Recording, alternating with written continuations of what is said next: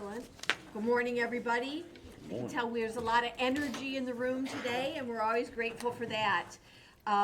This morning, we want to welcome everybody here and take just a moment before we begin today to recognize the passing of our Irma Clark with Wayne County Commission, and Irma served in a huge number of roles in public service throughout the state of Michigan, but most especially her heart resided with those of us who are in Wayne County, and she was an amazing public servant. So if we could just take a moment of silence in recognition of her service.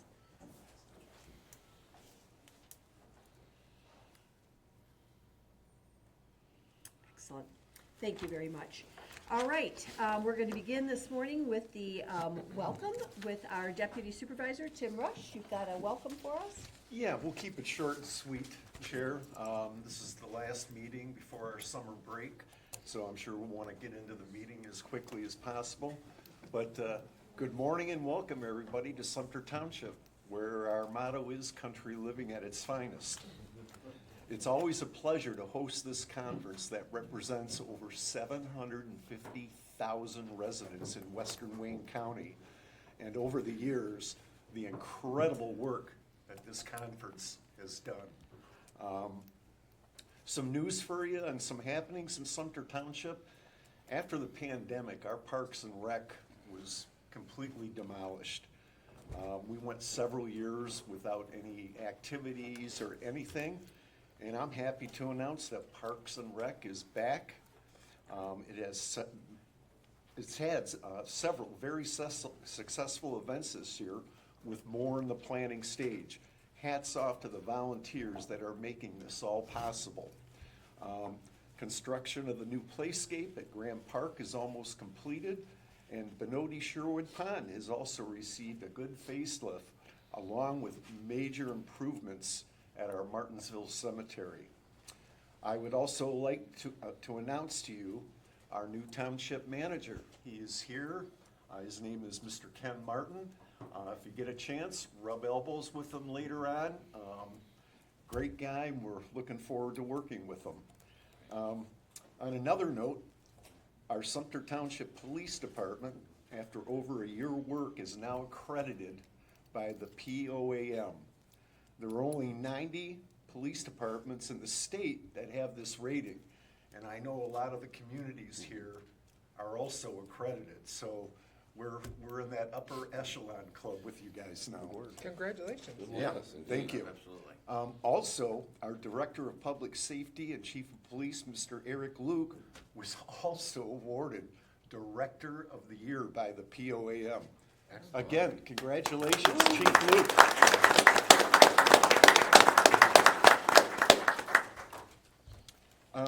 Sumpter Township also is coming up on its 6th anniversary of being Storm Ready certified by the National Weather Service. You can see our nice little sign up there that was presented to us by the National Weather Service. We're the only township in Michigan that has that certification. Typically, it's on a county-wide basis or a city basis, but I can tell you, and I encourage everybody, you might want to look into it. It's a great way to go over your emergency operation plan, get the dust off of it, and enhance your public safety for your residents. With that, I can report everything is safe and healthy and just fine in Sumpter Township. With that, back to you, Chair. Thank you very much, Supervisor Rush. We appreciate that. Okay, we're going to begin the official proceedings of our meeting, so if you would all please rise for the pledge. You didn't know that. I Pledge allegiance to the flag of the United States of America and to the republic for which it stands, one nation, under God, indivisible, with liberty and justice for all. Thank you. Supervisor McCray, if you'd please take the roll. Sure. Okay, cities, Belleville. Here. Dearborn. Present. Dearborn Heights. Here. Garden City. Here. Inkster. Present. Livonia. Present. Northville. Here. Plymouth. Romulus. Here. Wayne. Here. Westland. Moving to the townships, Canton, Present? Huron. Northville. Here. Plymouth. Here. Redford, we're here. Sumpter. Here. Van Buren. Here. Excellent, thank you very much. All right, we always like to know who's in the room, who's all here today. So we're gonna start with introductions, and if we can start at my far right with our board introductions, we'll kind of just go around the horn. Chuck Kermy, Plymouth Township Supervisor. Ryan Turnbull, City of Northville Mayor. Tim Rush, Trustee, Deputy Supervisor, Sumpter Township. Pat McCray, Supervisor, Charter Township of Redford. Maureen Miller-Brosnan, Mayor, City of Livonia. Jordan Selleck, Conference of Western Wayne. Good morning, Anne Marie Graham Hudak, Canton Township Supervisor. Good morning, Robert McCray, Mayor for the City of Romulus. Good morning, Ken Voigt, Mayor, City of Belleville. Mayor Boswell. Morning, Bill Bazey, Mayor of Dearborn Heights. Mark Abbo, Northville Township Supervisor. Art Jacobs, Mayor of Garden City. Myron Mellon, Mayor of the City of Inkster. John Racy, Mayor of the City of Wayne. Kevin McNamara, Supervisor of Van Buren Township. Joseph Murray, Fire Chief, Police Department. Yes, please. Kevin Petrino, Planning Director for Sunhot. Diane Webb, City Manager, City of Wayne. Good morning, Henry Wilson, Director, Wayne County Commission Affairs. Stephanie Osborne, Maker Not Waste. Clay Alsad, Director of Community and Economic Development, Dearborn Heights. Good morning, Tony Guerrero here on behalf of our prosecutor, Jim Woody. Good morning, I'm Eric Yamella with Ground Notice. Molly Thompson, Wayne County CEO's Office. Good morning, Cheryl Terrell, Director of External Affairs with them. Good morning, Dave Thriver with Wayne County Economic Development. Good morning, Anna Bonner, Director of Operations, Redford Township. Good morning, Julie Martin, Clerk, Grand Township.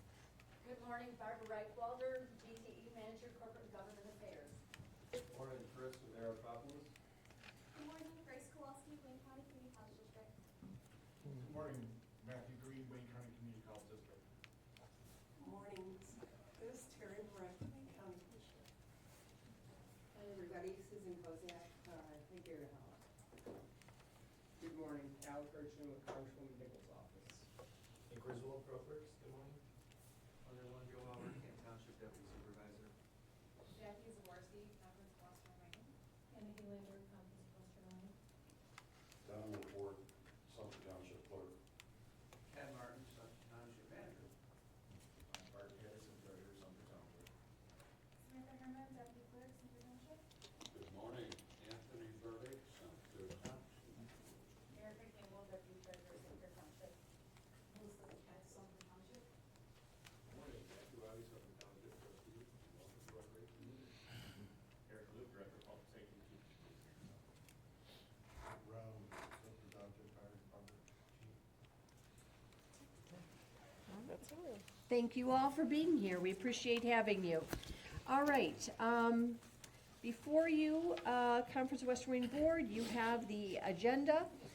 If there are no changes to the agenda, we'd like a motion to proceed and adopt the agenda as presented. I'll give you that motion. I'll second that. We have a motion with second. Any comments, questions? All in favor, please indicate with aye. Aye. Any opposed? Okay, and the agenda is adopted. Next, we have the approval of our minutes. Supervisor McCray, these are the minutes from the May 9th meeting. The reviewed minutes, unless there's any additions or correction, I would make motion to approve minutes as presented. I'll second that. We have a motion to approve the minutes with a second. Any questions or comments? Hearing none, all in favor, please indicate with aye. Aye. Any opposed? And the motion to pass the minutes passes. We have the approval of our May Treasurers Report. Mayor McCray? Good morning. Each packet has a detailed treasurer's report on there with an ending balance of $1,617,893.16. Any questions on this? All right, we'll need a motion to approve the Treasurers Report. So moved. Okay, we have a motion with second. And all in favor, please indicate with aye. Aye. Any opposed? And the motion to pass the Treasurers Report also passes. We now move into our Directors' Reports. Ms. Selleck will provide the executive director's report and the legislative update. Lucky you. Thank you, Mayor. First, I would like to welcome our new Assistant Director, Anna Helander. You all know her from Airspace Link, and don't worry, she still is at Airspace Link in some form. So she's technically part-time with CWW right now, but we're really excited to have her on the team and all of her knowledge of working with local governments and getting them on drones and everything else that she does with grant writing and the things that Airspace Link has done for our communities. We know that she's just going to be a great advocate for our region in a vast majority of subjects, and we're just really excited. So for right now, Anna and I will both be doing legislative for a while, and we're just going to kind of get her into this new role, and she'll be coming back ready to do it in September. So thank you, Anna, for being here. We're so excited to have you. Welcome. Yes. The first item that we have is an action item. This is the resolution that we pass at each June meeting. Since we do not traditionally meet during the months of July and August, the executive committee has been authorized to act on standard board issues with the ability to call a special meeting for the full board if necessary. It's the same resolution we pass every year, just with the appropriate dates. So the resolution would designate the executive committee to act on behalf of the full board from June 14th, 2025 to September 11th, 2025. Okay. Do we have a motion to approve that? I'll make that motion. Okay, we have a motion to approve the resolution Support. with support. Are there any questions on this? Okay, hearing and seeing none. All in favor, please indicate with aye. Aye. Any opposed? And the motion passes. And if the executive committee does need to do something on behalf of the full board, I will still be sending out notifications to the full board so everyone does know what's going on. The second item is an update on the CWW Transit Subcommittee. So members of the subcommittee have met numerous times to discuss the upcoming Wayne County Transit millage. The millage, which will likely appear on the August 2026 ballot, would request just under 1 mil for some type of transit plan in Wayne County. Our communities would contribute $33.8 million of the $58 million countywide tax, as we are 57% of the county's tax base. Right now, many of our communities are currently working on gathering data from their residents on transit needs. And SEMCOG has also partnered with MDOT on a transit study, which will continue through the fall after a summer hiatus and is expected to be completed by next spring or early summer. And SEMCOG has said that they will share that data with us when it is available. It'll be a little bit after what we need to let the county know. However, this should still be very helpful to communities that are really trying to find out what your transit needs are for your residents. Right now, the subcommittee is working on bringing a recommendation to the full board at the September meeting. In your emails, you've all responded on June 25th. Asad Turfi is going to talk to the board through a couple different meetings, talk about where Wayne County is in their transit plans and answer any questions that you may have. There's going to be 2 meetings on June 25th. There was, I think, 4 communities that were not able to make those dates. If you want to set up a separate meeting with Mr. Turfi, he's more than happy to do that, and I can help you do that with him if you need. Just let me know. Looking forward into kind of, we like to look at how we can revamp things and kind of update where CWW is at and how we can be more helpful to our communities. One thing, after talking to one of our communities that Anna and I are considering doing, is we are first scheduling individual meetings with our board members throughout the summer to discuss your goals and needs for 2026. So I believe almost all of those have already been set up. And one change we're considering doing for board meetings is allocating more dedicated time at the start of the meeting for host communities to present on special projects or issues that they are currently working on. So when we meet with you one-on-one, we're going to be seeking input on what types of information from your neighboring communities that could be helpful to you. So whether it's specific types of community projects, transit systems, fund balance budgeting, public safety, anything like that that you're seeking more input from other communities on specific things that they're doing. So then we can put those needs out to the board, and the host communities can then have an opportunity to address those things at the beginning of the meeting when they host. And we don't have to do it that way. If a community doesn't feel like they have much to present at a meeting, that'd be fine. We'll just stick to the same thing. But if they do, then I want to give the communities an opportunity to do that. Keeping in mind that we do like to finish our meetings by 11 at the latest, just in interest of everyone's time. So if that is the case, then we will adjust the presentation portion to make up for that time. So we'll talk more about it when we have our one-on-one meetings with you. For the summer, what our small staff does is that we work on the really significant 2025 salary survey that you'll all get at the September meeting. We work on the CWW 25-26 budget and also keep following the state budget as it's in its process. We're also going to be seeking input on any desired changes to the 2026 salary survey, so the one that we'll do next year. We're exploring doing more in-depth questions on police and fire retirement in that survey.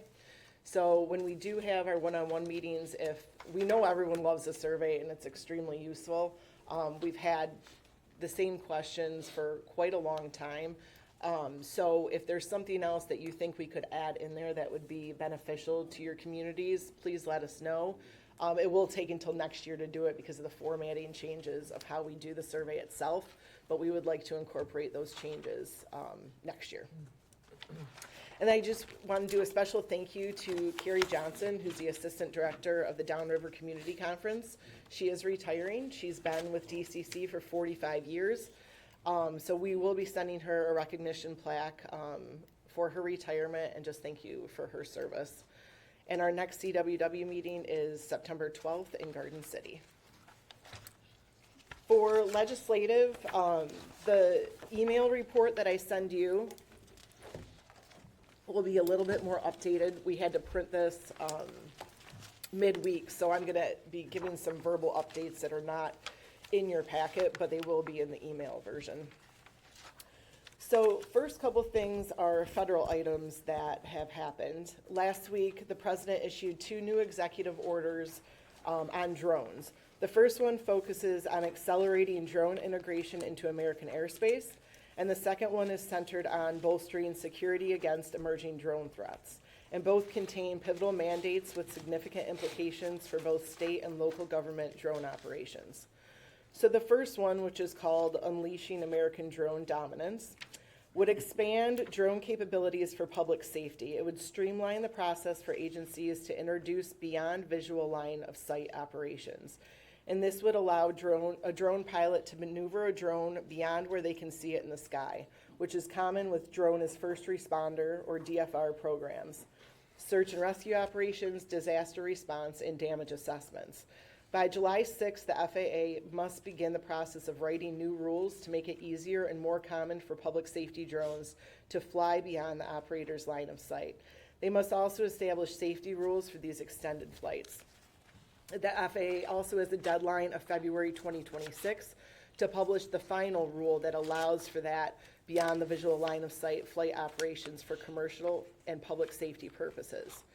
The order also utilizes AI tools, which this is really important. I'm going to mention this a little bit later, but I hate referring to it as this, but in the one big beautiful bill, one of the items in there prohibits state governments from doing any restrictions on AI for the next decade. So this is important as we go into this next thing because I think all of these things are kind of intertwined. So the order also utilizes AI tools to expedite drone waiver processes. And in addition, it mandates grants for state and local tech that can detect, track, and identify drones that might appear in communities. However, the orders do not explicitly grant state and local law enforcement new authority to take down or disable unauthorized drones. The Attorney General and the Secretary of Homeland Security have been mandated to ensure that their grant programs do permit eligible state and local agencies to receive federal funds to purchase tools to help detect, track, and identify individuals flying unauthorized drones. Within 60 days of the orders, law enforcement will get automatic real-time access to information about drones flying in their area, including who owns them and where they're flying from. And within 90 days, the FAA is required to solicit applications from state and local governments in collaboration with a private sector partner to participate in a special pilot program testing electric vertical takeoff and landing aircraft. And the federal government will be selecting 5 pilot tests for advanced drones to deliver supplies or cargo in 2026. And this is to support public safety's ability to logistically move heavy equipment like carrying water or fire suppressant during wildfire operations. Federal agencies will also begin examining new ways to enhance the inclusion of local law enforcement to join anti-drone operations. So the executive orders are definitely expected to create an immediate surge in drone activity requests from delivery companies, emergency services, infrastructure inspection teams, and other commercial operators. Communities that lack comprehensive drone operation management systems will likely find themselves overwhelmed or at a competitive disadvantage. And we knew this was going to happen. I don't know that we knew it was going to happen quite this expansively, but we knew that this was going to happen, and that's why your communities have been on the forefront of this. And we've discussed that many of our communities have started planning for local governments establishing new zoning regulations for takeoff and landing areas, developing communication protocols to keep residents informed about increased drone activity in their neighborhoods, and create enforcement mechanisms for violations of restrictions. Law enforcement will require training on drone-related regulations and response procedures, while legal departments must draft policies covering everything from data privacy to legal liability frameworks. And finally, this has also been a conversation at the state level. The new orders do call for federal agencies to prioritize American-made drones, but as you may know, America, we are not ahead of the drone manufacturing. That's really China. We are behind the 8 ball on that. We struggle with having people who can actually put together and build drones, and there's very few companies in America that can do that. But so the order does not ban Chinese-made drones, but the administration has stated that it will prioritize the American-made drones in federal procurement programs and open up grants to help state and local first responders purchase U.S.-made drones. That was really long, but that is just kind of like dipping a toe into these things. Aerospace Link has also compiled a comprehensive analysis of both orders, and that link is in your packet. Are there any questions on that? Yes. Do we know where we can start applying for funds? Not yet. Okay. Because we are ready. But it's funny, because I just hired this woman who knows how to write grants for drones. For drones, she's a drone expert. Probably in the next few weeks, we'll pull out a 30, 60, 90-day plan from the executive plan. So it'll break it down in a way that's digestible for communities to understand, because like Dory said, it's just a lot. Yeah. So we will probably pull that out, not that long from now, maybe a week even. Great. You guys away to do it, so. Thank you. And we'll get that out to everybody. Any other questions? All right, moving on. So tax-exempt municipal bonds, we had quite a few conversations on that. The federal budget reconciliation bill did not include any changes to tax-exempt municipal bonds. So good job on everyone who worked to make sure that those are not included. The AI preemption, which I did mention earlier, the House-passed budget bill does ban state and local governments from enacting or enforcing any law that regulates AI for a period of up to 10 years. However, the Senate version requires states not to regulate AI in order to access federal broadband funding. I don't know if that's how it's going to end up finally, but they are recognizing that could have a little pushback by states. Proponents of the moratorium argue that a patchwork of state laws is confusing or burdensome to technology companies trying to innovate in multiple parts of the country.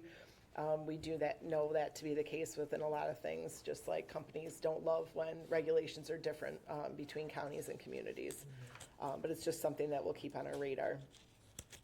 The Pipeline and Hazardous Materials Safety Administration, which I believe the acronym is FSMA, has a requirement in place for all Class 1 railroads to notify 911 centers of train derailments by June 24th, 2025. The railroads will then have 1 year to develop and implement an electronic notification system for 911 centers, but they must still notify them in some fashion starting this June. Right now, your fire departments likely use the app Ask Rail to figure out what's going on with the trains and if there's any issues. But now that app will also be available to 911 centers. All they have to do is access requests by the center. So they go to the app, they ask for access, and then they should be approved it, and they can check there for any derailments or any issues. I think right now what is happening is the railroads would send a report via fax about a derailment, and it's very, very long, many pages where the details are just not quickly there for a 911 center to grasp and be able to tell your first responders. All railroad systems, not just the Class 1, but all of them are required to notify 911 centers of derailments by June 24th, 2026. That is the federal update. For the state, last session, we took a position of opposition against the minimum staffing bill that required minimum staffing to be a part of negotiation, collective bargaining conversations, and would apply to all Act 312 agencies. The Senate did reintroduce the bill. It's Senate Bill 319. It's exactly the same bill. Last session, while it was an uphill battle, CWW, along with other groups, definitely were effective in getting our message across, and the legislation only passed the Senate before it died. I don't see in any fashion how this could even get a committee hearing in the House, but we still did submit a position of opposition at committee this week. It was on Thursday morning. They did not vote on it, and we weren't providing testimony or anything. It was just a card. But the committee did take testimony only, and we'll just keep you abreast of that. But like I said, even if it passes the Senate, it's not going to do anything in the House. Polluter pay has been reintroduced. The packages, Senate bills 385 to 387 and 391 to 393. Most of the language has remained the same, but there have been some minor changes. The same groups that opposed it last time opposed it this time. And the bills were reintroduced Tuesday night, I think about 7 p.m., and the hearing was Wednesday morning at 8:30. And they're very, very long bills. So there was not that much time to delve into them. I talked to our other municipal partners in Lansing, and the original intent was to vote out the bills that Wednesday morning, which why everyone was scrambling to get in their positions because no one could even had time to look at the bills. However, they did only end up taking testimony on Wednesday, and it looks like they're going to put the focus on this more towards the fall. So we'll have time to go through the legislation. There has been some changes. They did remove the part that says you had to clean up to a point where it was good for residential use. They did remove that language. But we're going to have to delve into this a little bit more to get into more specifics to take a position. So we'll come back to that in September. For the hazardous waste legislation that I was sending emails on, Senate Bills 246 and 247. 247 is a reintroduction from a bill that we supported last year that is, for all intents and purposes, the bill for Romulus and the deep injection well. So it would establish a 41-cent per gallon fee for certain hazardous waste injected into a Class 1 commercial hazardous waste injection bill, and it would direct the fee revenue to a disposal well host community fund. And there are only 2 Class 1 disposal wells in the state, and they're both located in the city of Romulus. And just if no one knows this, in the event of spillage or an emergency of any kind at that site, it's on Romulus to clean that up. So the hope is that the increase of the tipping fee would help them with additional equipment and public safety to offset any costs if something happened with the injection well. But it's the same as it was last year. The one that is different is Senate Bill 246, which handles, it's going to be an increase on the tipping fee, which I'll go through, but also handles hazardous waste and radioactive waste and what's permitted in terms of that. And to get into more specifics, Supervisor McNamara, I might call on you so I don't misspeak on the scientific part of this. But one thing, for what it would do with the tipping fees is that it would increase the hazardous waste disposal fee from $10 a ton to $25 a ton. It would also increase the disposal fee for radioactive waste from $5 a ton to $12.50 a ton. In addition, the waste tipping fee or the charge to dump in Michigan landfills would increase from 36 cents a ton to $1.20. And just, I know everyone knows this, but I'll be remiss if I don't say it. We are by far the lowest in tipping fees in the entire country. And even this keeps us still below. So we are very, very, very below.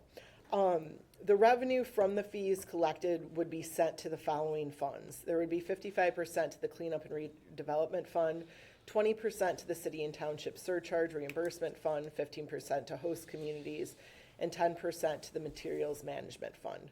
So there was a substitute that was put in committee yesterday. And the substitute, originally, the City and Township Fund was called the Communities Fund. And the issue with that language is that counties could also then get reimbursed some fees. Not Wayne County, I don't believe, but there were other counties in the state. So they changed the language to City and Township Fund.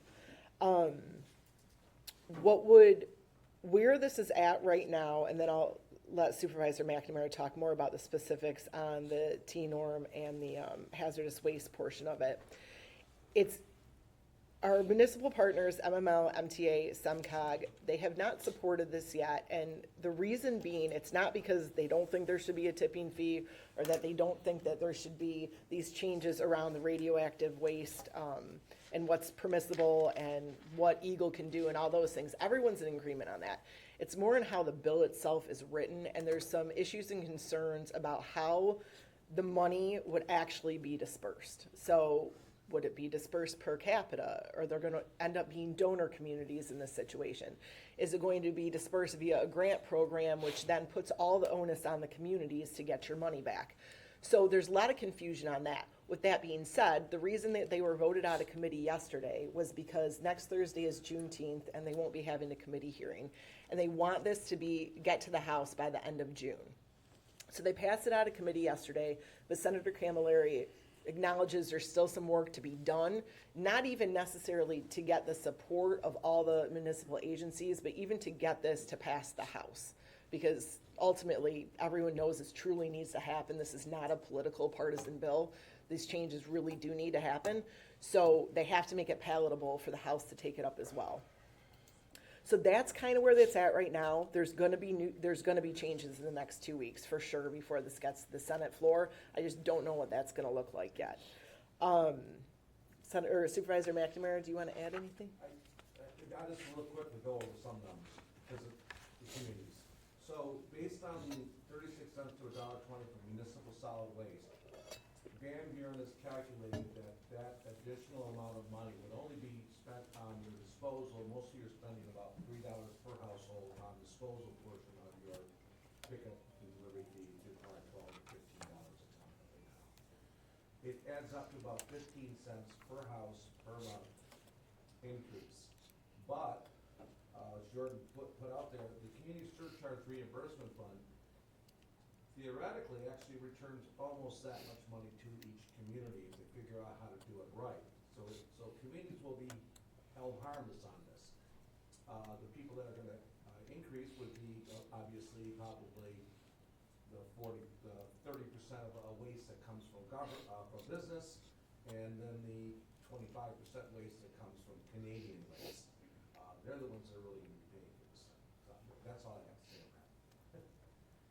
So I will keep the board updated on the changes that come through. Like I said, the bills are very, very long, so hopefully we'll actually have a list of what the changes are. But I'm happy to take any questions or comments. Can we just talk about the court case? Yeah, oh yeah. So just to let everybody know, so we did have a hearing in May, and the judge is having the summarizations done by the 20th. So the communities are hoping that the judge rules in our favor. He's going to rule on July 2nd. He's been really great. We had some great testimony from some experts, and so we're really hoping that he helps us drag this out to get some legislation in place to help us. So that would be done July 2nd.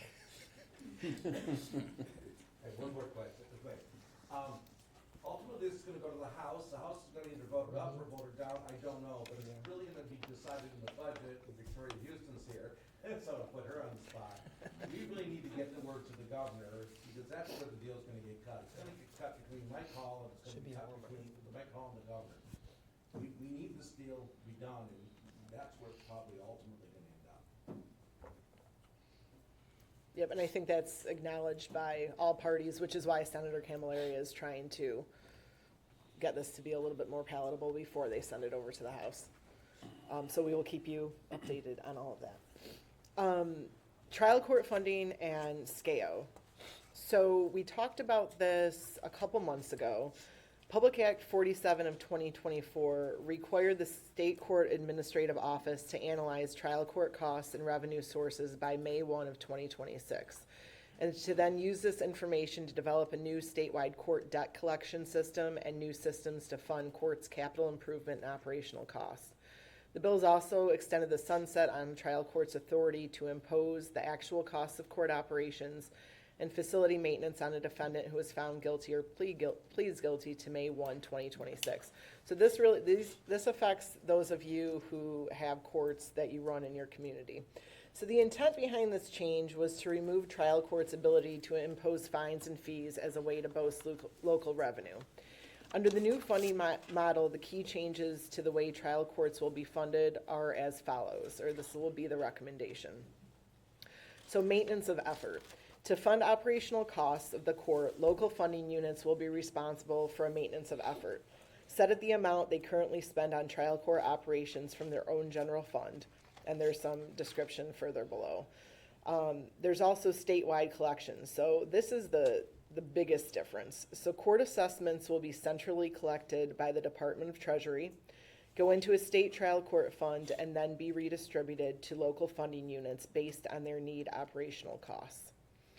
And anything beyond that is needed to keep courts up and running, supposedly, according to this, would come from a state appropriation. The state would appropriate any additional funding needed to fully fund trial court operational costs and distribute that to local funding units along with court assessments from the trial court fund.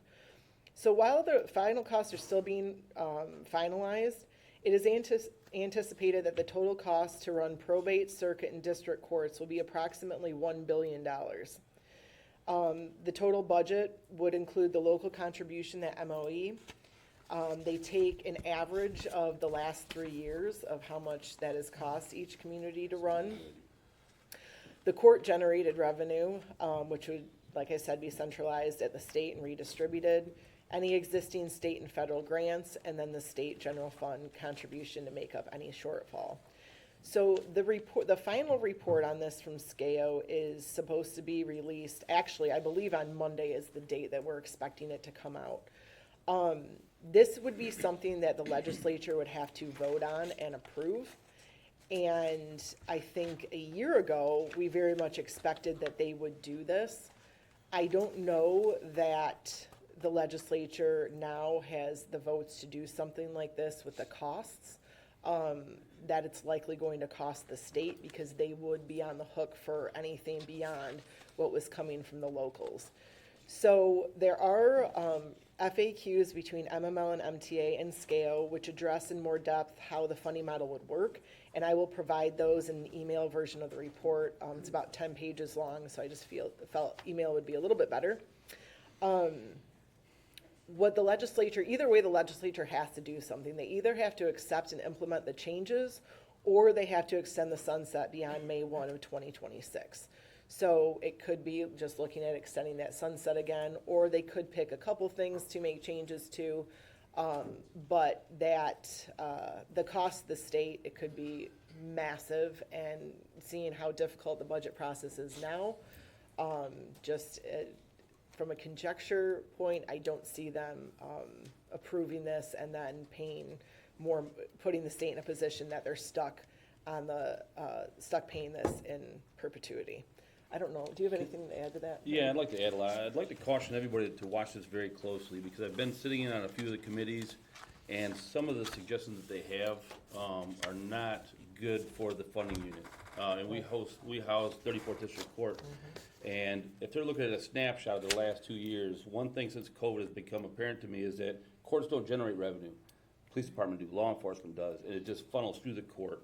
So the last 2 years after COVID, if they look at that, Romulus has funded 34th District Court to the point of almost $2 million. I mean, we can't sustain that, so we've done some things to correct. So I like what they're going, and I like the initiative behind this. However, this is gonna penalize communities that house court systems, so make sure everybody's paying attention to this one.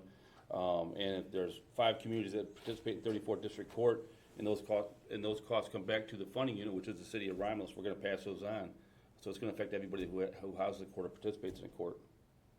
And there's some concerns too, if you have a bond out on your court building, whether or not the costs can be recouped through this. So, and I'll use City of Romulus for an example. We needed a new court building in Romulus. They're coming apart at the seams. It was definitely needed. We built the new building for $18 million. And the way we bonded that out was there's a $25 fee assessed to every transaction in the court. That's paying for the building. If you use the building, you pay for the building. And if the state takes it over, they just said, well, we didn't authorize the construction of that building. The debt's on the City of Romulus. So, like I said, I like the initiative thereafter, and you shouldn't use law enforcement to fund other divisions or generate revenue for your community, but it's there for law enforcement. And if they do it the way they're heading right now, it's gonna put a negative impact on the communities that house the court system, so. As soon as we get the final report from Scale, I will send it out to the board. I am finally done. Excellent report. Thank you very Nice. much. Okay. All right. Next, we move into our presentation. We have a presentation from Make Food Not Waste. Stephanie Osborne is here. Chair, Yes. can we get the lights? Melissa? Thank you. Great. Much better. There we go. Thank you. Can everyone hear me? Okay. All right. So yes, I'm Stephanie Osborne. I'm here. I'm actually wearing 2 hats today. I'm on the Make Food Not Waste board. That's on the agenda in the introduction, but I also work as a planner for Giffords Webster. And I've been really fortunate to be able to merge these things carefully, of course, due to conflicts of interest, being careful there, but to be able to do some planning work for Make Food Not Waste, which I'll tell you a little bit about as we go through this presentation. I also really appreciated the discussion about the landfill surcharge. I think that is one more reason for me to be here today talking about what we can do about food waste. As you know, there's a lot of food that goes to the landfill, and diverting some of that may help alleviate some of the challenges with this increased surcharge and provide other benefits as well. So I'll tell you a little bit about Make Food Not Waste, and I should say too, I'm pinch hitting for the executive director, Danielle Todd, who unfortunately is at a funeral this morning. She would be here and be able to really tell you a whole lot more in more detail about the organization, but of course we only have 10 minutes, so I'll keep it moving anyway. Make Food Not Waste has been around for about 8 years. We're based in Detroit, and it started out really as a grassroots organization. We hosted a feast that was very similar to Feeding the 5,000, excuse me. It was in Eastern Market. We took in surplus food. Some really phenomenal chefs, local chefs, made meals, and we opened up the doors and had community members come in and try all this food that otherwise would have been in the landfill. And people really enjoyed it, and we had a chance to connect with people and to share ways to reduce food waste and celebrate food, celebrate all that goes into food and culture.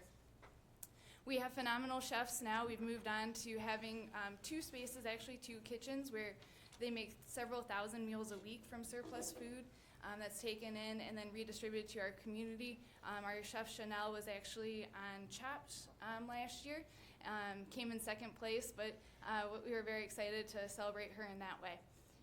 We also do a lot of education and outreach and programming to help people reduce food waste, whether that be at the household level or in businesses. So currently we're working on a project with 4 of the communities that are here today: Canton, Dearborn, Livonia, and Westland. And through this planning exercise, we have looked at their food waste and the impacts that has. So just in those 4 communities alone, we are seeing 153 million pounds of waste every year. That's a lot of waste.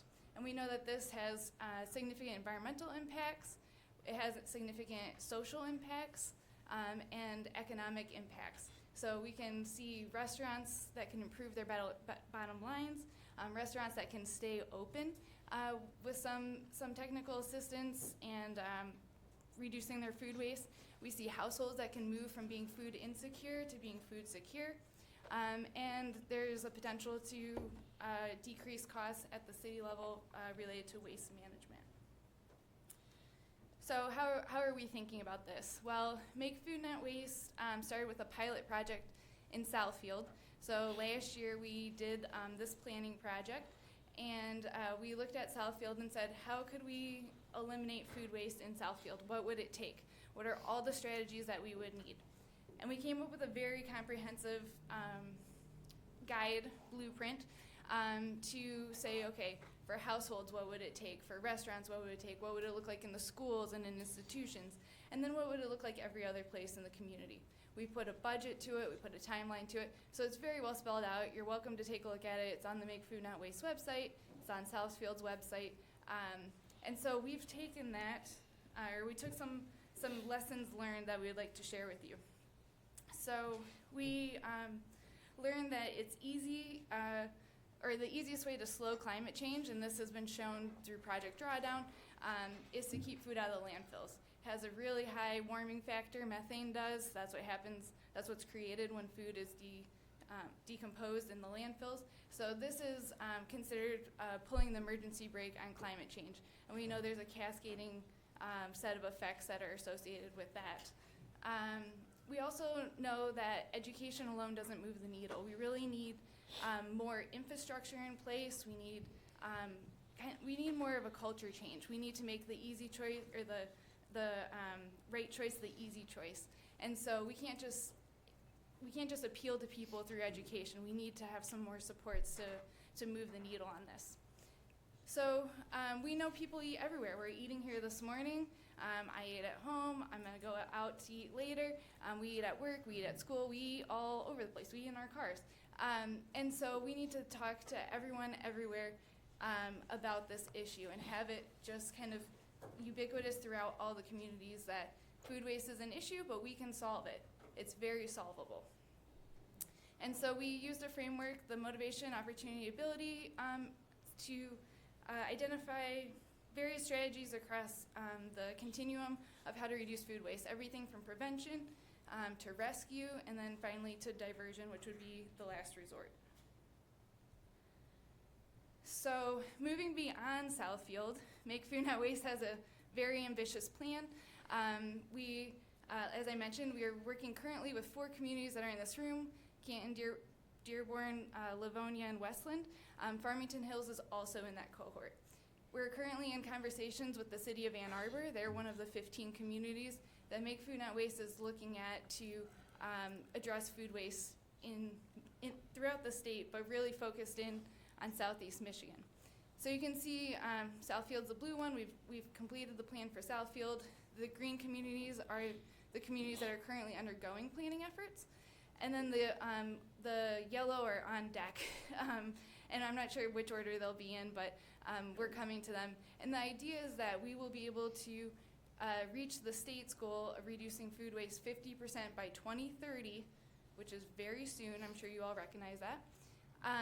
By focusing in on Southeast Michigan. Southeast Michigan has the most people, and if we can really concentrate our resources here in Southeast Michigan, we can address the state's goal with some additional spillover effects to other communities. And I know Make Food Not Waste has talked to some of the communities who aren't highlighted on this map because there's already been interest in what we can do. Another thing to be aware of are the county materials management plans. I'm sure you're aware of these. They are currently in the works. The plan will be due relatively soon, 2027. And they include a food waste management portion. This is the first time that food waste has been a part of the MMPs. And so this is new for everyone, but there will be an expectation that the municipalities will have some role to play in meeting the county's goals. And so with food waste now being a component of that, we foresee cities and townships needing to support that goal towards food waste management. What is nice about the MMPs is there is implementation funding tied to the plans. So as the MMP goals come out, there will be funds for municipalities to actually implement some of the strategies. Fortunately, a lot of the communities here are already thinking about this. Many of them will already have plans. And so you'll be one step ahead in helping the county and aligning with their needs. So next steps, ways to get started. I looked at the wrong slide. Ways to get started. So your community, you might say, okay, this is the first time I'm hearing about food waste. I'm now concerned about the landfill surcharge. What can I do? So we've put together in addition to the blueprint for Southfield, we have a waste reduction template. This also is available online through Make Food Not Waste, and I'm sure Jackie can help share this out as well. But basically, and I know this is really hard to read, there's a lot going on here, but basically we've lumped, we've listed all the strategies, highlighted the ones that are easiest to use, most effective for cities and townships to consider looking at. We've provided resources for you, and then just kind of a template where you could start thinking about how this could work in your community. Other things to consider are looking at the municipal and school efforts, what is currently going on in those spaces. A lot of schools are actually doing a lot of this. Their students are asking for it, and so I think there could be some connection there, and just assessing what's going on is really helpful. Also understanding how households are managing their food waste. Are some of them backyard composting? Are they using a private service? Or is everything going in the trash? Getting a sense of that is really helpful. Restaurants can also be a big contributor of food waste. Households are number one, restaurants are number two in most communities. And so getting them to participate in rescue operations. I know Eric is here from Forgotten Harvest. So connecting restaurants with various food rescue organizations to share food that is wonderfully made with community members would be great. And then again, as a last resort, setting up diversion. Looking for hidden areas of food waste in your community. Make Food Not Waste has been in Detroit working on this issue for 8 years, and just last year we learned about the produce terminal, which sends multiple semis of trucks worth of surplus food to the landfill every day. And we were able to divert that, and now we're using it. I mean, beautiful produce. So sometimes it's right under us and we don't know it. It's just doing a little digging to understand what's there. And then finally, thinking about how you can leverage existing partnerships, existing services, and existing resources in your community. So some really specific things, these are things that are highlighted on that template that I showed you, would be to look at your waste contracts. I know things in Southeast Michigan are a little nebulous or uncertain maybe with the waste providers, but look for windows of opportunity, understand what your contract has, when you can adjust it, if there's opportunity to have some sort of organics diversion component. It would be a great time to do that, or to start the conversation as you get ready to negotiate a new contract. Requiring the use of compost on community properties, that helps create a market for compost, which creates demand for the input, which makes it easier to support a composting program for your community. And often those are closed loops, so communities can get a discount on the compost if there's organics going into a facility from their community. Developing clear guidelines for backyard composting, if that's something your community wants, just to show residents how they can do this, to get the conversation going, to support them in that. And then just generally talk about food waste, talk about the issue, talk about what your community is doing, what you're willing to do, how you're willing to take action on it through all of your usual channels. And then finally, Make Food Not Waste is always here to help you talk through what might best fit your community, how we can help, whether that be working with a set number of businesses, whether that be doing some work with residents, popping up at an event, or talking higher level about some policy and supports. So with that, I'll conclude my presentation. Thank you for your time. And I'll be around after the meeting if anyone has further questions. Thank you. Thank you very much. Any questions? Yes, Kevin. I just want to let you know there's a tie-in here to the bill for the municipal solid waste. You may not know this, but 30 years ago, we had an Act 640 board that decided the future of Wayne County and how they were going to handle the trash for the next 30 years, the sustainable future. It created the landfills in Canton, Van Buren, Sumpter. All of them were created by that.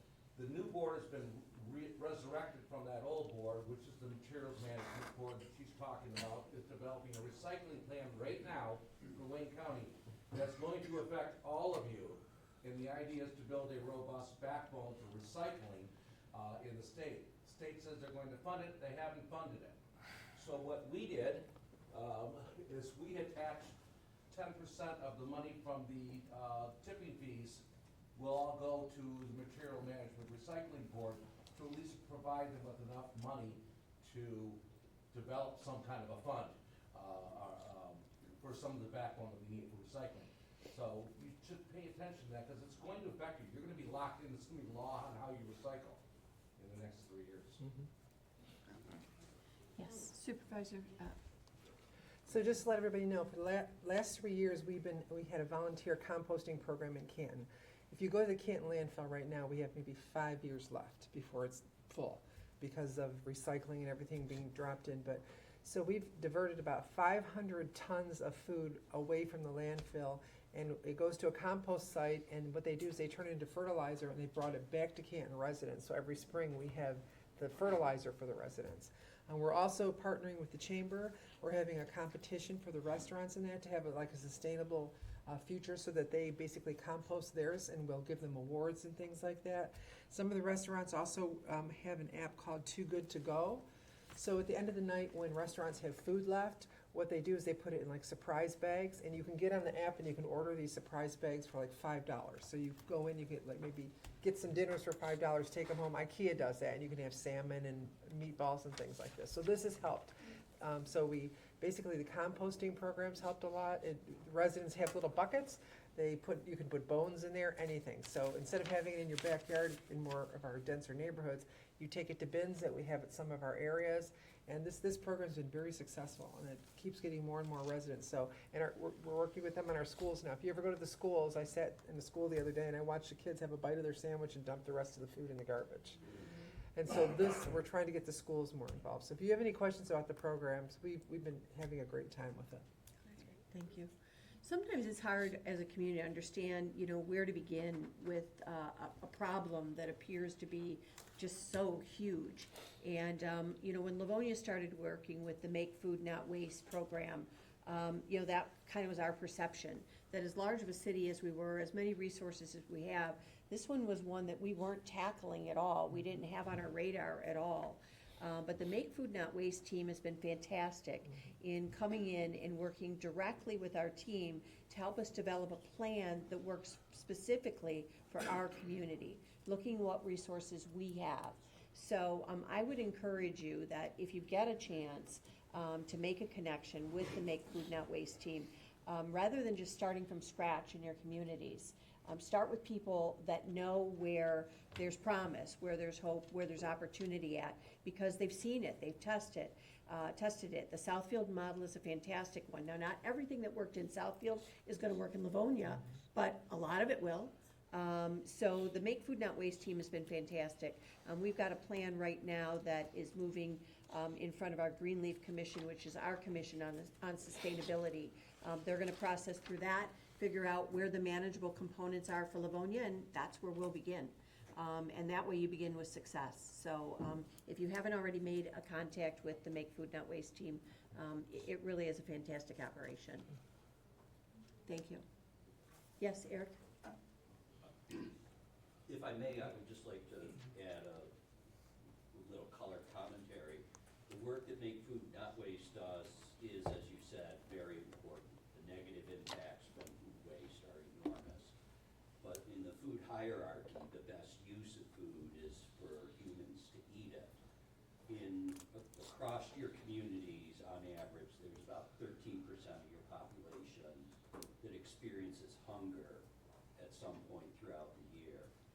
so if you would like to divert some, excess food to people who are in need of it, I would invite you to contact Forgotten Harvest. We would be willing to work with you in that manner.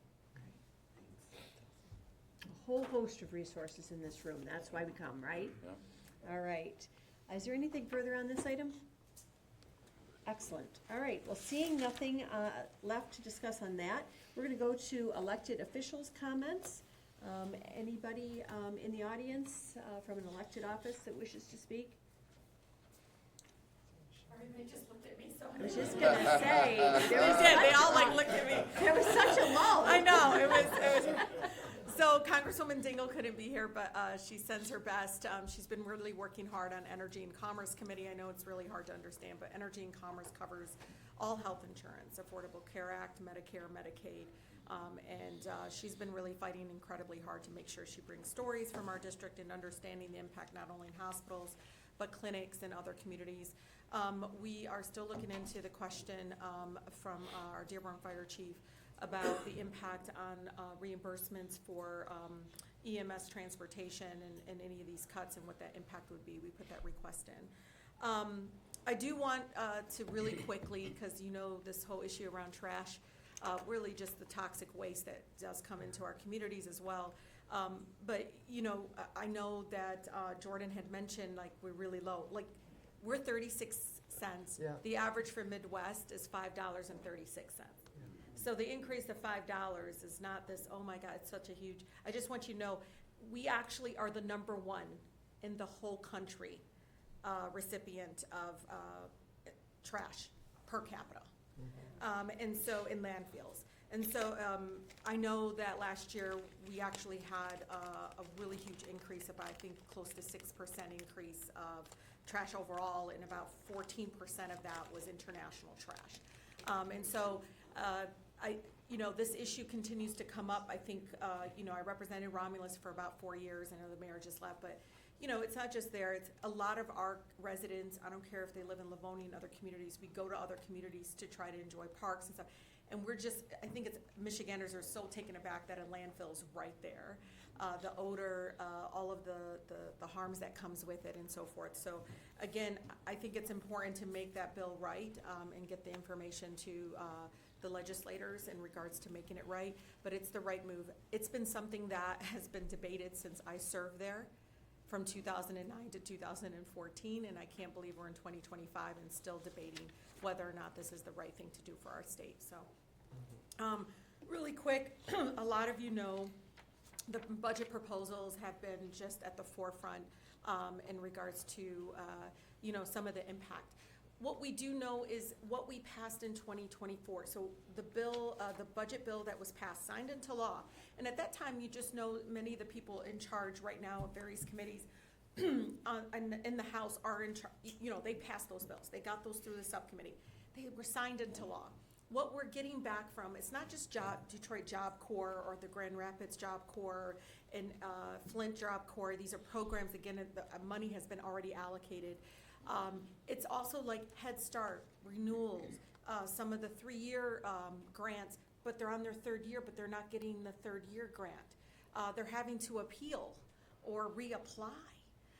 All of that to know that much of, I think 96% of the cases we filed, Democracy Forward is a nonprofit organization, public citizen as well. We've been sending a lot of our agencies and organizations to them. And we've been getting the restraining orders and injunctions that were necessary to say, hey, you can't do that. You got to be able to implement those programs. They could do it the right way. They could just go through Congress and pass something that repeals it all. But they're not doing that. They're making the decision, again, through the executive branch, which, again, is unlawful. And, again, more and more organizations are finally coming through. The hard part is, and this is where you all can come in, we don't know until you tell us. I went for the 60th birthday of Head Start. I went to visit 2 of the Head Start programs in my community, and they were like, Rashida, we don't know what we're going to do for the summer because we were supposed to find out on June 1st. It's May something, I think the birthday was in May. And I said, yeah, tell me, but people are afraid. But I tell them, oh no, there's 50 plus other organizations across the country. I didn't hear from you all. You gotta tell me when this is happening. But within an hour, I got them to negotiate a new contract with 2 of the main Head Start programs that impact my Western Wayne communities. But within an hour, calling the person, saying what's going on, and they said, give us the names. I gave them the 3 names, and there's 5 organizations impacted, and right away, we were able to get an extension that was necessary to keep the program going while they make their decisions. So again, I think Congresswoman Debbie Dingell and I worked together on the Head Start issue, but even on Job Corps and a number of other programs that come about, please let us know. That's why don't get mad when I'm texting you, did you get your community funded project? I'm not trying to be micromanaged. I'm trying to make sure that the money got to you all. This is me checking and making sure, because I again want to make sure that you know these are tax dollars that went through the legal process. They were already appropriated, and there was bipartisan support for many of our projects and many of these programs. So again, it's really important. I know there's a lot of question around immigration. And so I don't want us to, I guess it's important for all of you to know what we're seeing now is like a high school kid, field trip. You might have heard Rockwood Police called Border Patrol because he didn't speak English. He was a high school senior. He spoke English just fine. I say this to all of you. Understand there is a process, and this person actually had an attorney with the Michigan Immigrant Rights Center. He was trying to do the right process of going through it, needed a decision being made. But this got him into the very inhumane, I feel very much not following the due process that is required for people to be able to go through. And people are blanketly just lumping all of our immigrant neighbors together. I say this because they could have gave him a stay of deportation until he graduated, and then he could have left voluntarily. There is things that you can do that's much more humane, much more fair. But I ask all of you, know that there's consequences if local police are calling immigration. If there's a traffic ticket, give the traffic out. If there's no warrant, there's no legal issue, no criminal activity. I say this because they can come after me for it, but this is it is just understanding that there will be a cycle that will come after it, and the community are going to react, because to them this is targeting and racial profiling. I've been an immigration attorney. It is very broken. When I tell you that people are waiting 12 years sometimes for family petitions, when I tell you that I have neighbors that are married to U.S. citizens that can't adjust their status because of the way it's written, you're going to hear more and more, because you might not even know that your neighbor might be in a status that's just like a loop, just a circle, and it's not resulting in something, in actual results. But it's not just Republicans. Democrats did not act to fix our immigration system. It's both. But this is creating a whirlwind of just separation of families and people. Some of them have been here for decades. So I just say that because I think it's important. It's not just because I'm a child of immigrants, but I've been there where I've seen families just ripped apart. I've been in a school, elementary school, where a little girl went home, 5th grader, went home and her family was gone. And the neighbor said immigration came and got them. She was put in foster care. I just want people to understand what the impact is. And you can hate that they're here, do not, whatever, but there should be due process, because the due process of those immigrants, when we deny it, it's our due process. It's our constitutional rights that's impacted. And so this overwhelming just challenge in our country is because people didn't act for almost 30 years now.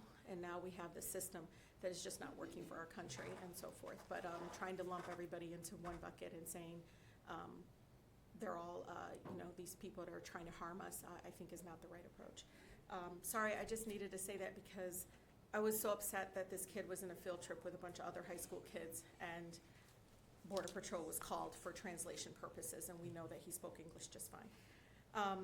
I am having a telephone town hall. We're gonna have folks on there to talk about the Medicaid impact. By that time, I think, Joe, I'll have an answer for you about, every time I see you, I remind my staff, like, have we heard back?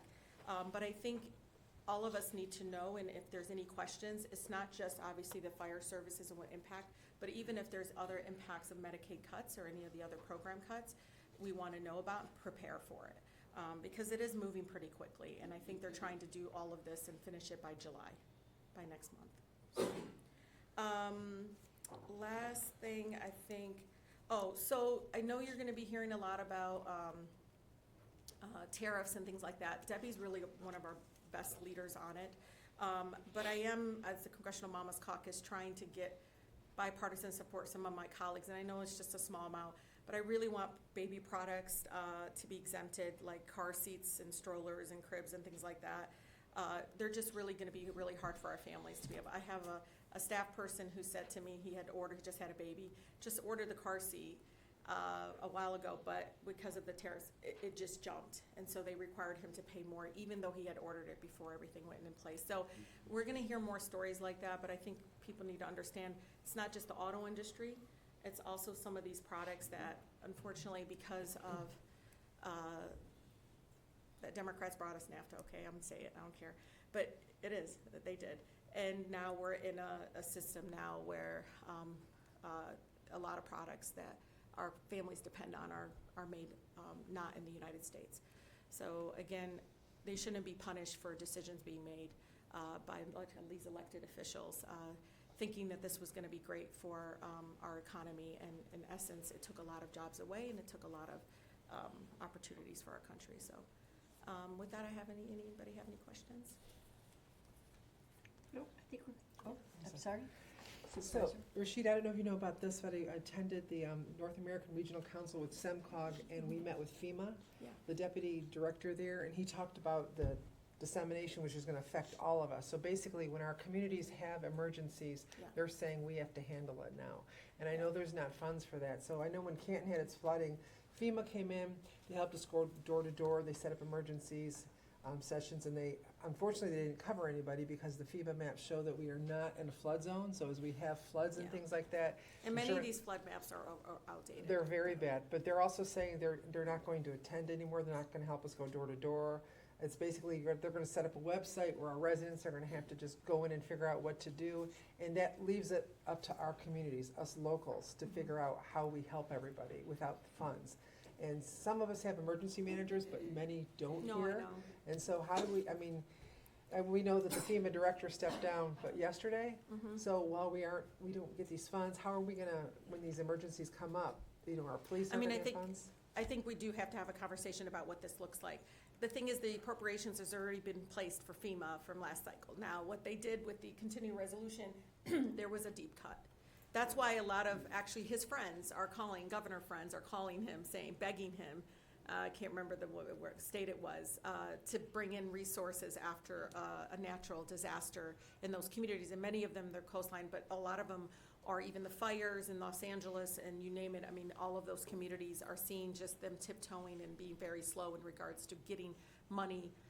And it's a reimbursement thing. So just so you guys know, if the county declares an emergency, and that's the only time FEMA comes in, just remember, it has to be enough damage that it triggers a national emergency declaration. And then we get reimbursed as communities, as you all know, for resources we put out. Now, the intake process, all of you know how they would set up shops, like I even had one in Garden City, set up, to do like a FEMA check-in and things like that. If they're talking about that, they're gonna probably, that's when all of us will have to somehow figure out. And again, I don't know what's gonna happen, but I just feel like every day and every week, something changes. We're doing this, we're not doing this. They turn the light off, turn the light back on. But I think when it does happen, that's where this amazing Western Wayne group, we need to put our heads together and figure out how we share those resources. I can tell you, I met with Army Corps of Engineer for over an hour yesterday. Things are moving regarding flooding for E-Course. That's moving. We're going to get 20 million. We're moving on the Rouge project. So those things, I'm making sure those projects are moving that help alleviate some of the flooding issues that we have in our state. And then the community funder projects, some of them are around resilience work and things like that, are moving. But not wanting to do the intake process of FEMA and things like that. And again, it would mean after a declaration of emergency. But I can't remember which state it was. They're begging right now. She used to be his press secretary. Now she's the governor over there. I don't know, Huckabee? Yeah, it's Huckabee. It's Arkansas. She's still waiting. Yeah, there was an emergency declaration. So, I know there's been a big outcry and folks are saying, why aren't we responding? But I don't know what is going to happen on the ground when we do have an emergency. But again, all of us are going to have to Well, Oakland County Commissioners said that they're setting aside a budget line item of $5 million Yeah, for residents, and they suggested that all communities start putting those line items in for emergencies. Yeah, but if Congress allocates the money, which I think we will, I think there's a big disagreement. I'm gonna say to y'all, a huge disagreement, because these are their states. They're not gonna allocate money for they're gonna allocate money for FEMA. I don't know how much it will be, but they're not gonna allow like a complete like elimination of some sort of natural disaster response. I say that because I don't know what some cognitive others have said, but what I understand is that it's in their backyard, and when it happens in their backyard, all of us, they know that not doing it in the budget is going to impact, especially communities that have continued to have natural disasters. I mean, for me, since I got elected, it's been 2019, 2021, and 23. So I've had 3, and I've been there 7 years of emergency declaration. But Congress is still Congress. It's a separate branch of government, and I don't believe they will defund or not allow FEMA to basically exist. Now, how they do it, like if they change, like how they did census. Remember census, we had a lot of people on the doors, they made everything online, drove me crazy. They may do that, because they do get to do implementation, but not defunding it, not saying you're not gonna get reimbursed if you went through the process and a declaration was made. Does that make sense? Do you understand what I'm saying? Okay. But again, implementation is still on them, and that's incredibly unfortunate, because some of them are not experts on it or understand the point of doing it that way is because some of their homes, they don't have internet. They don't have, you know, they're basically homeless, or their homes are not habitable at the moment when it happens. And so that's why having centers and having opportunities where FEMA comes in physically has been very beneficial for our residents. Thank you. Anything further? Okay, thank you very much. Any other elected official comments? I will only dovetail this Cal from Congresswoman Dingell's office. I'll only dovetail by adding, we spoke about hazardous waste a number of times. We're gonna be having Western Wayne Town Hall with Representative Reggie Miller's office in attendance, and Senator Darren Camilleri, as well as Minority Leader Ranjit Parikh. So that is going to be at 9555 Haggerty Road. You may recognize that as the Ted Scott campus. June 18th, 6:30 p.m. We do have an RSVP link. We greatly appreciate it. Especially our elected officials can fill that out. It helps us give you commendation and hello when you walk through the door. So June 18th, 6:30 p.m. Ted Scott campus. It is a general town hall, but of course hazardous waste is bound to come up. Thank you, Supervisor. She'll bring it up if you think. She will surely bring it up. That's all I got. Thank you. Hi everyone, Victoria from the Governor's Office. It is good to be with all of you this morning. Since our last convening, there was the Mackinac Policy Conference, and the Governor was able to give her keynote speech that addressed infrastructure, education, Medicaid, and I think the resounding message is that we as Michiganders can do hard things. So the Governor is still strongly focused on getting a roads deal done. We are in conversations with Senate leadership and House leadership as we speak to continue to move that ball forward. So if you have any questions about that plan, please let me know.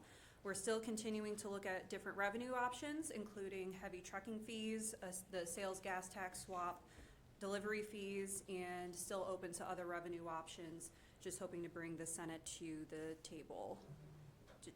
Well, not to the table, get more concrete items that they want to address. In addition, the Governor also gave one of her Road Ahead addresses at Kettering University in Flint, and so this was to talk about semiconductors and the importance of bringing those jobs to the state of Michigan. And so, again, if you have questions on that, please let me know. Also want to take a moment today to talk a little bit about Medicaid. Our office continues to push that message and just how critical it is to Michigan. It is one of our top 2 priorities in addition to roads. The Governor had signed an executive directive asking MDHHS to put out a report of what those impacts by the Republican legislation in DC would have on Michigan. And to put it bluntly, 700,000 Michiganders under this plan would lose access to their Medicaid insurance. And if I do remember correctly, Conference of Western Wayne serves about 730,000 residents. So we continue to talk about this, even though we know it was pushed through the House. In addition, during this meeting, the governor had also put out a memo from DIFS, the Department of Insurance and Financial Services, and it details how this budget bill would impact ACA marketplace insurance. And that would result in about 120,000 Michiganders losing access to their marketplace health insurance, which is separate from Medicaid, and folks, I think, would understand just how important that is. And I'm personally taking a moment to talk about this because, well, way back in the day in 2008, as folks may remember, it was pretty hard out here in Michigan. And my youngest brother is a type 1 diabetic. And so when both my parents lost their jobs, he was on Medicaid. So I know that folks are going through tough times right now, and we're going to continue to ensure that we're doing everything possible to try and reduce the impact of this legislation. Lastly, SNAP. About 15% of Michiganders rely on SNAP.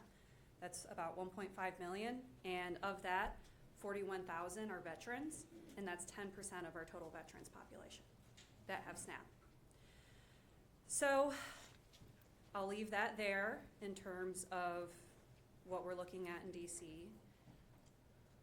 To maybe do a lighter note here, we're still looking for a superintendent, so if anyone wants to be involved in that search or has any opinions or thoughts, please let me know. Yes. For MDE. So if you would like to, if you have thoughts on that process, please let me know. And we're also continuing to monitor the hazardous waste issue in Western Wayne as well. And so I'm happy to answer any questions that you may have. And with that, I will turn it back to y'all. Thank you. Thanks, Victoria. Anybody else? Okay. Any public comment this evening? Hi, Barbara from DTE. Just wanted to remind folks we are hosting an open house. It'll be in Westland next Tuesday from 4:30 to 6:30 p.m. at the Friendship Center. It's at 1119 Newburgh Road. Folks are welcome to attend. We'll have our engineers there. We'll have DTE employees. Any questions residents have, we're happy to answer those. And we'll also have our wonderful home improvements map that was demoed for folks last time. I do invite anyone who would like a demo of that home improvements map. I'd love to set up an appointment and come out and talk with you or do a Teams meeting. One of our vice presidents too, the last item, she is a member of the Sikh community, and they do an outreach, a wonderful outreach event. It'll be October 4th this year. It'll be at the Soho Banquet Center. So I'll be forwarding the invitation to folks here. It'll be from 6 to 9 p.m. again on October 4th, and just really an event to help promote and share information about that group with the community and open up understanding and learning. So I'll send that out to folks. Look for that within the next week. Thank you. Thanks, Barbara. Happy Father's Day to all the young old fathers. Okay. Yes, Nick? Thank you. I just wanted to, I'll be very, very brief, but I wanted to offer some thank yous. I had come to this group back in February and talked about how changes in the court system and county government may impact our ability to provide services to all your communities for your at-risk kids and your court-involved kids. I'm happy to report that we're on a pretty good trajectory in terms of GrowthWorks being able to continue to provide this service into next year. The county's budget process kind of starting right now, and October 1 is when their new year starts, so that's when our contract would also begin anew with them. And I just wanted to come and say a quick thank you before you all break for summer, at least with this group, because the support that we received from you was swift, and we're grateful for it. And it's honestly humbling to see how much that this group and the mayors and supervisors of Western Wayne communities are willing to stand up for kids who need it the most. And so I just wanted to say thank you for that and really appreciate it. We're hoping to continue that work at least through next year. and beyond. So I still may need your support and your encouragement down the line, but I just wanted to let you know that I think we have some good news to report. And I also wanted to thank Commissioner Marecki, who's been a champion and a real strong voice for this in the Wayne County Commission for her efforts as well. So thank you. Thanks, Nick. Anybody else? Okay. Any other business from the board to come before the group before we break? I do not. Okay, it looks like there is nothing else. So we take this a little bit of a hiatus, and I know many of you in the room have gone through a very productive time period between the beginning of the year and now, and summer offers us a chance to take a little bit of a deep breath, and we really encourage all of you to take that time and come back to us refreshed in September. With that, our meeting is adjourned. Thank you.